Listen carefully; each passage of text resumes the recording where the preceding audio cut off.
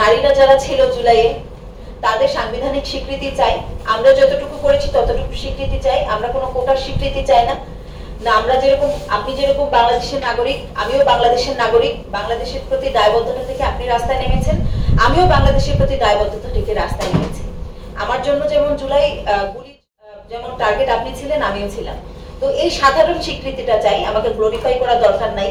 কিন্তু 14 জুলাই আমরা যেটা করেছি, রেভলিউশনের সূচনা আমাদের হাত দিয়ে হয়েছে, নারীদেরকে আলাদাভাবে এই স্বীকৃতিটা দিতে হবে। কারণ এটা বাংলাদেশের ইতিহাসে কখনো হয় নাই যে একটা অভ্যুত্থানের সূচনা নারীদের হাত দিয়ে হয়েছে। অভ্যুত্থানের সূচনা, এটা এত বড় হচ্ছে একটা অভ্যুত্থান হয়েছে, এটা আমরা সূচনা করেছি, এই স্বীকৃতিটা আলাদাভাবে আমাদের দিতে হবে। আমার পক্ষ থেকে এটাই দাবি। 14 জুলাইয়ের সূচনা না হলে মনে হয় না হাসিনার পতন এত তাড়াতাড়ি হতো। 14 জুলাই যখন শিক্ষিত নারীরা নেমে এসেছে রাস্তায় যে তুমি আমাকে রাজাকার বলে দমন করতে চাইছো এতদিন, আমি রাজাকারী এবার দমন করে দেখাও, হাসিনা কিন্তু তার সর্বোচ্চ শক্তি দেখাইছে এবং দমন করতে চাইছে আমাদেরকে 5 আগস্ট বিকালেও হচ্ছে নির্বিচারে গুলি করেছে। তো এই যে হচ্ছে গুলি করে থামিয়ে দেওয়ার, এই আমরা জানতাম গুলি হবে, আমরা জানতাম নির্যাতন হবে। 18 সালে কোটা সংস্কার আন্দোলনে আমরা দেখেছি রাতের বেলায় মেয়েদের উপর হামলা হয়েছে, এটা জেনেও কিন্তু আমরা 14 জুলাই রাতে নেমে এসেছি। তো এই যে হচ্ছে সূচনাটা হলো রেভলিউশনের, এই সূচনার স্বীকৃতিটা আমরা যতটুকু করেছি ততটুকু চাই, বেশি আমাদের দেওয়ার দরকার নেই। আমরা কোনো কোটা চাই নাই, কোটা চাই নাই বলে আমরা কোটা সংস্কার আন্দোলনে নারীদের অংশগ্রহণ সব থেকে বেশি ছিল। আমরা ওই কোটা আমরা তখনও চাই নাই, প্রশাসনিক কোনো চাকরিতে আমরা কোটা চাই নাই। ইতিহাসে আমাদের যখন জায়গা দেবেন তখন আমাদের কোটা হিসেবে কোনো জায়গা আমরা চাচ্ছি না, আমরা চাচ্ছি আমাদের ন্যায্য যে জায়গাটা সেটা। একই সাথে সাথে আপনারা দেখবেন যে জুলাই অভ্যুত্থানে বিভিন্ন ভাবে হচ্ছে লাঞ্ছিত করা হয়েছে মেয়েদের। আমি যদি ভুল না করে থাকি, বসুন্ধরা বা উত্তরের দিকের একটা ঘটনা আপনারা দেখেছেন যে একটা মেয়েকে মুখ চেপে ধরা হয়েছে, ছবিটা খুবই ভাইরাল ছিল। তো শুধু এখানে না, জেলা শহরগুলোতে যদি দেখেন, জেলা শহরে যে নারীরা ছিল তাদের তো স্বীকৃতি নাই। আমরা যারা হচ্ছে প্রাতিষ্ঠানিক রাজনীতিতে এসেছি জুলাইয়ের পরে, প্রাতিষ্ঠানিক রাজনীতিতে আসার পরে হয়েছে যে আমার থেকে বেশি যারা হচ্ছে জুলাই ছিল মাঠে, তারা ইতিহাস থেকে একটু একটু করে সরে যাচ্ছে। কিন্তু আমি একটা প্রাতিষ্ঠানিক রাজনীতিতে আসার কারণে আমার নেতাকর্মীরা যারা আছে তারা আমার যে ছোটখাটো অবদান সেটাকেও গ্লোরিফাই করে, কিন্তু তাদের জন্য কথা বলার মতো কেউ নাই।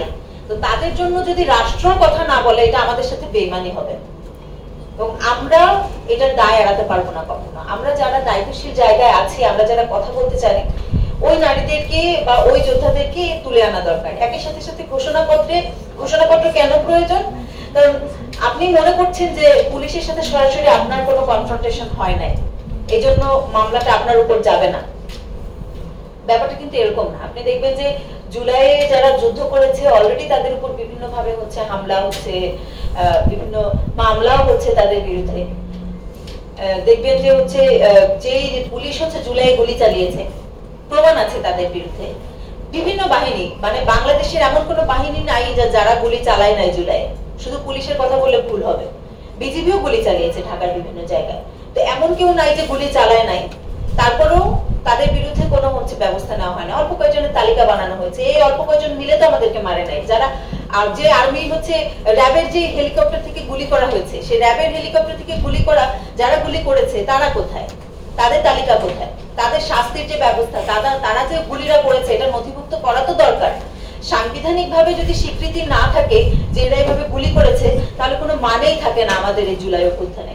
আর কয়েকদিন পরে আমাদেরকে বলবে যে হচ্ছে হাসিনা যেরকম আমাদেরকে বলেছে আমরা রাষ্ট্রীয় সম্পদ ধ্বংস করেছি, কয়েকদিন পরে অন্য রাজনৈতিক দল যখন দেখবে যে জুলাই যোদ্ধারা এখনো রাস্তায় আছে, এখনো তারা দেশে থাকতে চায়, এখনো তারা রাজনীতি করতে চায় নতুন রাজনৈতিক প্রেক্ষাপটে, তখন পুরাতন রাজনৈতিক দল যারা করে বা অন্য যারা আছে বিভিন্ন শক্তি, তারা চাইবে যে এদেরকে হচ্ছে খুব অস্বাভাবিক কিছুই না, ক্ষমতা হাতে থাকলে যে কোনো কিছুই করা যায়।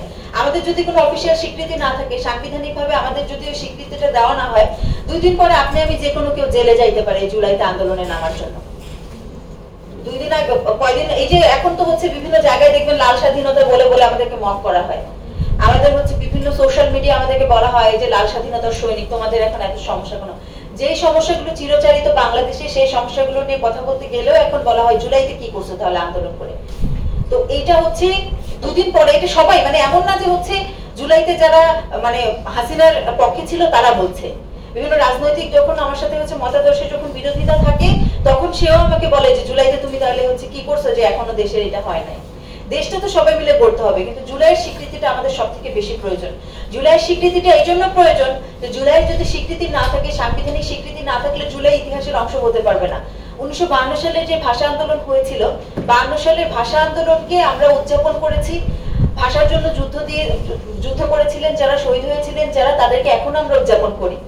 কিন্তু জুলাই এতগুলো মানুষ মারা গেলেন, এতগুলো মানুষ জীবন দিলেন, এই সংখ্যাটা মুক্তিযুদ্ধ পরবর্তী সময়ে বা মুক্তিযুদ্ধের আগেও যতগুলো সংগ্রাম হয়েছে, এই সংখ্যাটা তার মানে ওই সংগ্রামগুলো হচ্ছে কালেক্টিভলি যদি আপনি মিলান তার থেকে বেশি।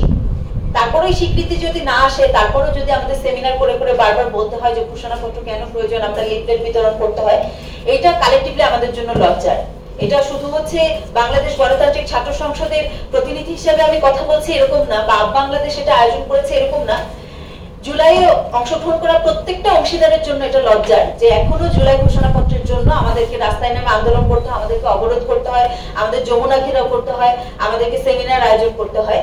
তো জুলাইয়ের যে ঘোষণাপত্র এটা আমরা চাই, এবং জুলাই ঘোষণাপত্রে প্রত্যেকটা যোদ্ধার সে পানি দিয়ে সাহায্য করেছে, তার যেরকম স্বীকৃতি প্রয়োজন, যে গুলি খেয়েছে, যে আহত হয়েছে তারও সেরকম স্বীকৃতি প্রয়োজন।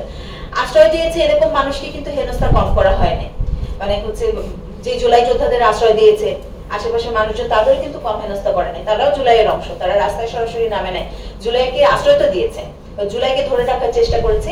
এই মানুষগুলোর স্বীকৃতি প্রয়োজন। আমরা চাই যে প্রত্যেকটা মানুষ যারা জুলাই অংশগ্রহণ করেছিল সবার জন্য সমান স্বীকৃতি পায়, এবং পরবর্তীতে যারা কথা বলবে আমি জানি তাদের মধ্যে থেকে বিভিন্ন ইনসাইট উঠে আসবে। আমি জাস্ট সূচনাটা করলাম, এবং আবারও বলছি